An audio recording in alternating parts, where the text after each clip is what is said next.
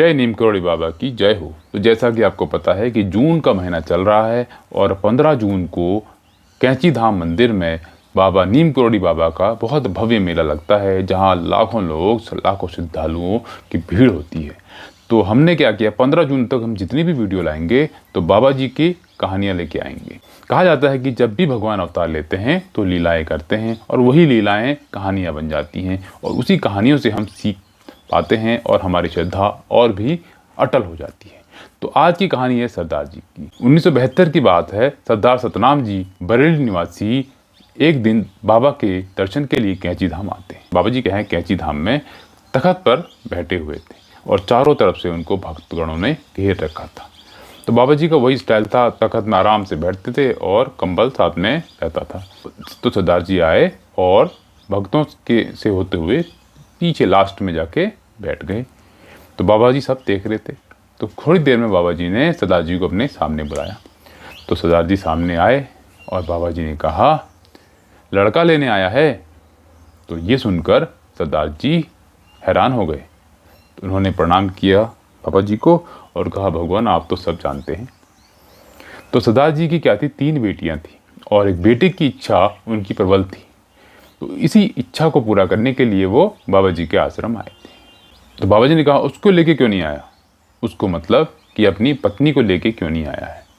तो सरदार जी ने कहा, महाराज उनकी तबीयत सही नहीं थी और नहीं तो हम दोनों ही आपके दर्शन करते, तो इसलिए हम उसको नहीं ला पाए।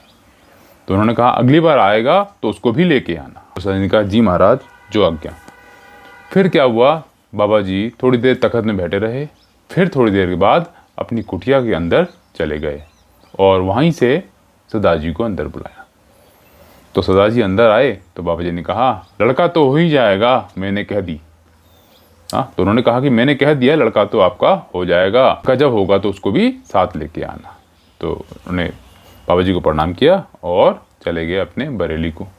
ठीक है, फिर कुछ दिन बीत गए। तो कुछ दिन बाद सरदार जी फिर आए अपनी पत्नी के साथ। तो फिर बाबा जी के दर्शन किए, कैंची धाम का आशीर्वाद लिया और चले गए। तो समय का पहिया चलता रहा। समय का पहिया चल रहा था तो धीरे धीरे करके 4 साल बीत गए। तो 1976 में सतनाम जी का श्री गुरुचरण नाम के पुत्र रत्न की प्राप्ति हुई, जिससे वो बहुत ही धन्य हुए। और जैसे ही पुत्र हुआ तो कुछ दिन बाद वो अपनी पत्नी और पुत्र के साथ सब परिवार कैंची धाम आए और महाराज जी का आशीर्वाद लिया। क्योंकि महाराज जी तो उस समय नहीं थे, तो कैंची धाम में आके उन्होंने उनका आशीर्वाद लिया। तो कहा जाता है कि कितनी बार हम मंदिर जाते हैं, भगवान से मांगते हैं, तो हम चाहते हैं कि जैसे ही हमने भगवान से कोई अरदास मांगी, कुछ इच्छाएं प्रकट करी, तो हाथों हाथ हमारा जो है मनोकामना पूरी हो जाए। लेकिन ऐसा नहीं होता है। तो बाबा जी का आशीर्वाद ऐसा होता है कि जब सही समय आता है तो बाबा जी उस चीज़ को, जो चीज़ आपको चाहिए होती है, उसको आपको दे देते हैं। तो कितनी बार लोग कैंची धाम जाते हैं और जैसे कि आपको पता है कि महाराज जी स्थूल रूप से तो वहाँ पे प्रस्तुत नहीं है, तो हमको ऐसा लगता है कि हो सकता है हमारी मनोकामनाएं हैं वो सुन पाते भी हैं या नहीं सुन पाते। वहाँ स्थूल रूप में नहीं है, लेकिन उनका आशीर्वाद हमेशा बना रहता है। तो अगर आप उनके किसी भी मंदिर में जाके माथा टेकते हैं और मन्नत मांगते हैं, या अगर घर में ही आप उनकी तस्वीर के सामने सच्चे मन से, पूरे दिल से कुछ इच्छाएं प्रकट करते हैं, तो बाबा जी जब सही समय होता है और सही चीज़ की आपको आवश्यकता होती है तो अवश्य देते हैं। तो इंतज़ार आपको थोड़ा करना पड़ता है। तो इसलिए हमें पूरी श्रद्धा हमारे अंदर से होनी चाहिए और जो चीज़ हमने बाबा जी से मांगी उसके बाद उन चीज़ों को भूल जाइए, सब कुछ बाबा जी पे छोड़ दीजिए। तो समय आता है और समय सही आता है, क्योंकि बाबा जी का आशीर्वाद हमेशा बना रहता है। तो आज की कहानी आपको अच्छी लगती है तो लाइक, शेयर और सब्सक्राइब जरूर कीजिएगा। जय बाबा नीम करोड़ी बाबा की जय हो।